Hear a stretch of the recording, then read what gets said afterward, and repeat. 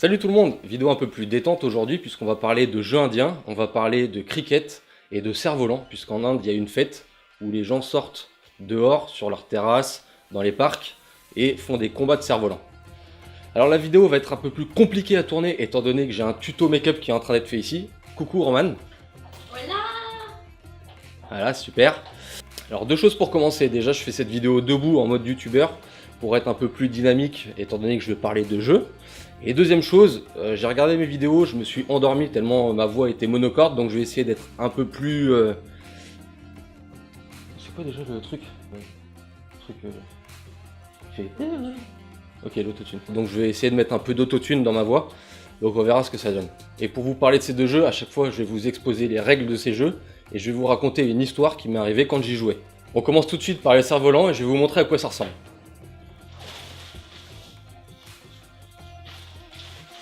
Voilà à quoi ressemblent des cerfs-volants. Alors ça peut être en plastique ou en papier comme celui-ci, il peut y avoir des franges. Donc la structure est faite en bambou. Voilà. C'est ultra léger. Et donc avec, vous achetez des bobines de fil qui font des kilomètres comme ça. Donc du fil avec du verre pilé dessus. Et donc le verre pilé sur le fil sert à couper les fils des autres cerfs-volants. Voilà. Donc il y a toute une technique pour accrocher le fil. Ça s'accroche là, là. Mais bon, on s'en fout un peu de ça, de ces détails. Et donc le principe c'est d'avoir énormément de cerfs-volants parce que ça coûte pas grand chose même pour les Indiens. C'est d'avoir énormément de cerfs-volants, de les faire voler et de faire des combats avec d'autres personnes et de trancher le fil de leur cerf-volant pour qu'ils le perdent, quoi. Voilà, c'est le principe. Donc généralement vous vous ramenez sur le toit avec énormément de cerfs-volants, une dizaine, vingtaine de cerfs-volants à perdre. Ou pas. La petite histoire à propos du cerf-volant, c'est que c'est quand même assez compliqué de faire monter un cerf-volant quand on n'a pas l'habitude. Il faut beaucoup jouer des bras pour le faire monter. Ensuite, une fois qu'il est en haut, il faut arriver à gérer le vent. En fait, la première journée, j'y suis pas du tout arrivé. Il y a un gamin qui a essayé de m'expliquer, j'y arrivais pas. La deuxième journée, mon père m'a expliqué, j'ai réussi. Et en fait, le gamin de la première journée a juste attendu que je fasse monter le cerf-volant et a commencé à l'attaquer, à essayer de me couper mon cerf-volant, avec tous ses potes à côté qui étaient en train de rigoler. Donc mon père m'a signalé qu'il était en train de me couper mon fil, et donc j'ai tiré, et je lui ai coupé son fil. En gros, il voulait s'attaquer à un noob, parce qu'il savait que j'étais débutant, mais on me l'a fait pas à moi. Donc je lui ai éclaté son cerf-volant, donc mon amie était toute triste pour lui, elle était genre oh, il a perdu son cerf-volant, il est tout triste, viens on lui donne un cerf-volant. Donc elle allait lui donner un cerf-volant. Malheureusement je ne l'ai pas eu en vidéo. Je l'ai pas eu en vidéo. J'ai sa petite tête de fouine en vidéo là. Voilà, c'est ça. Quoi? T'as la haine contre lui ou quoi? Ah oui, il a essayé de... J'étais un noob. J'étais un noob et il a essayé de me couper mon cerf-volant. Non, je rage pas contre lui. Bon, j'ai repris mes esprits parce que ça m'a un peu échauffé cette histoire. Bref. Le cricket. Bon, déjà, les règles, je vais vous expliquer à peu près comment ça fonctionne.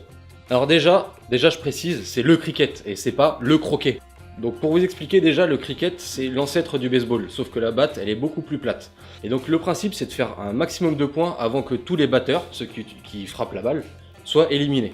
Donc on va schématiser pour que ce soit plus simple. Il y a une aire au milieu du terrain. Donc le terrain, c'est l'écran, l'air, c'est ça. Donc le batteur, il est ici. Il y a 3 poteaux derrière lui. Le lanceur va lui lancer la balle. Et le batteur va la frapper. Si jamais le lanceur touche avec sa balle les 3 poteaux qu'il y a derrière le batteur est éliminé. Comment le batteur va marquer des points?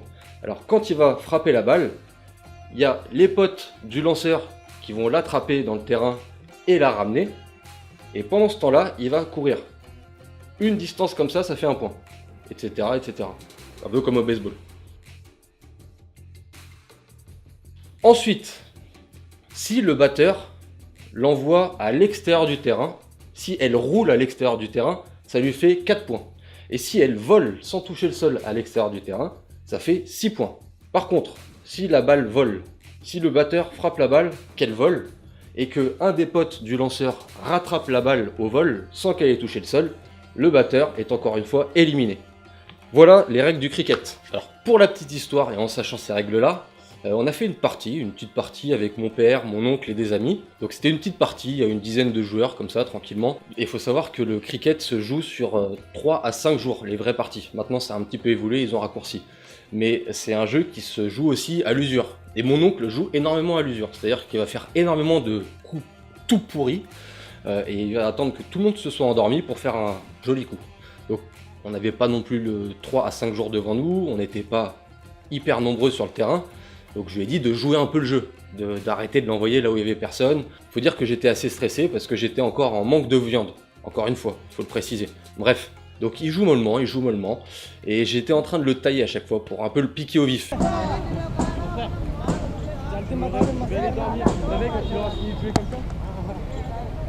Et à un moment il me dit recule. En gros il allait me balancer un 6 points au-dessus de ma tête pour me répondre et pour me tailler. Et à ce moment-là, je le regarde, il me regarde, et je sais qui c'est, et il sait que je sais qui c'est. Là, la balle lui est lancée, il la bourrine, il la renvoie hyper loin, hyper haute.